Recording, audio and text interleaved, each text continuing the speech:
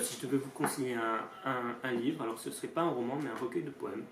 d'un peut-être pour moi le plus grand poète au monde, mais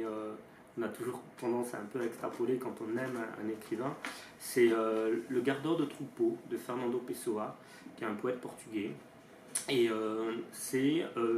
donc cet auteur qui se promène à la campagne et qui raconte ce qu'il voit et qui raconte qu'il faut aimer les rivières, les lacs, les forêts, les arbres, les gens aussi,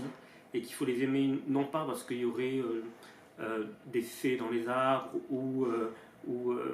des esprits dans les rivières ou dans les lacs, mais simplement parce que il y a des lacs, des forêts, des arbres, et qu'il faut les aimer pour ce qu'ils sont et pas pour ce qu'on voudrait y mettre dedans. Et c'est une lecture qui est immensément apaisante et qui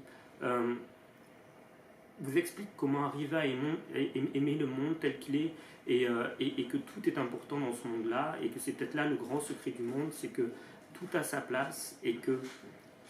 le malheur, même le malheur, a sa place puisque s'il n'y avait pas de malheur en ce monde, il manquerait quelque chose. Et Fernando Pessoa le dit très bien, il faut que le monde soit plein de choses, y compris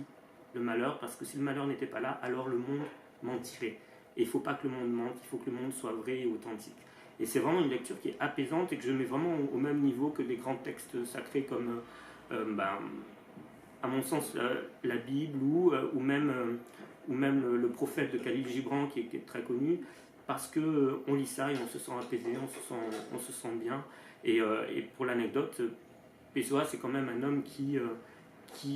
quelques jours avant sa mort, a écrit cette phrase magnifique en disant je me suis promené ce matin dans les rues de Lisbonne et j'ai regardé le soleil et je l'ai salué, non pas comme si c'était la dernière fois que je le saluais, mais parce que c'était le soleil et qu'il était là et qu'il était simplement là.